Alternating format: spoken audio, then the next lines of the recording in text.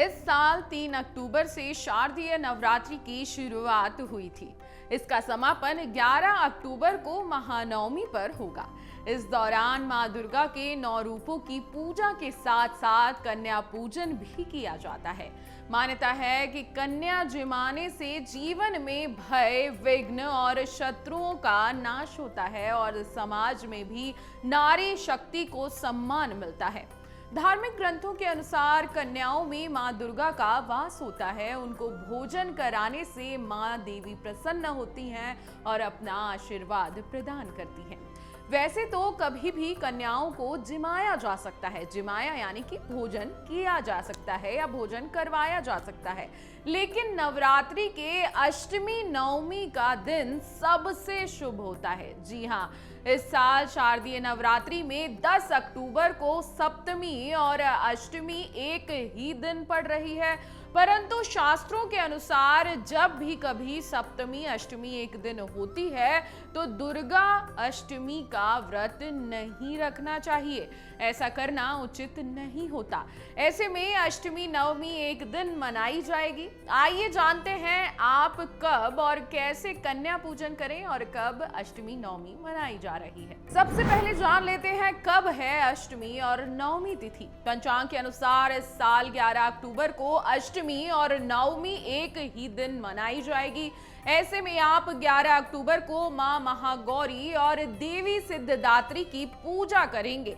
इस दौरान अष्टमी को कन्या पूजन करने वाले लोग 11 अक्टूबर को दोपहर 12:06 तक कन्या का भोग बना सकते हैं और उन्हें खिला सकते हैं।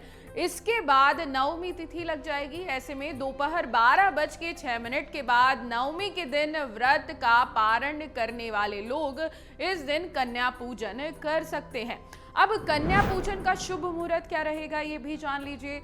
कन्या पूजन के दिन ब्रह्म मुहूर्त सुबह 4:41 से शुरू होगा, जो कि 5:30 तक रहेगा। इस दिन सुबह मां महागौरी का और मां सिद्धदात्री का पूजन होगा। इस दौरान सुकर्मा योग भी बन रहा है, परंतु सुबह में 6:20 से 10:41 का समय पूजा के लिए बेहद शुभ होने वाला है।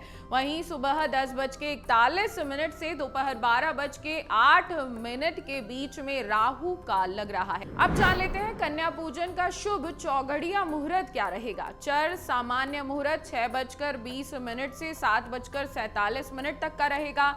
लाभ उन्नति का मुहूर्त 7:47 से 9:14 तक का रहेगा। अमृत सर्वोत्तम मुहूर्त की बात करें तो यह सुबह 9:14 से 10:41 तक का रहने वाला है। वहीं शुभ उत्तम मुहूर्त की बात करें तो यह 12:08 से दोपहर को 1:34 तक का रहेगा।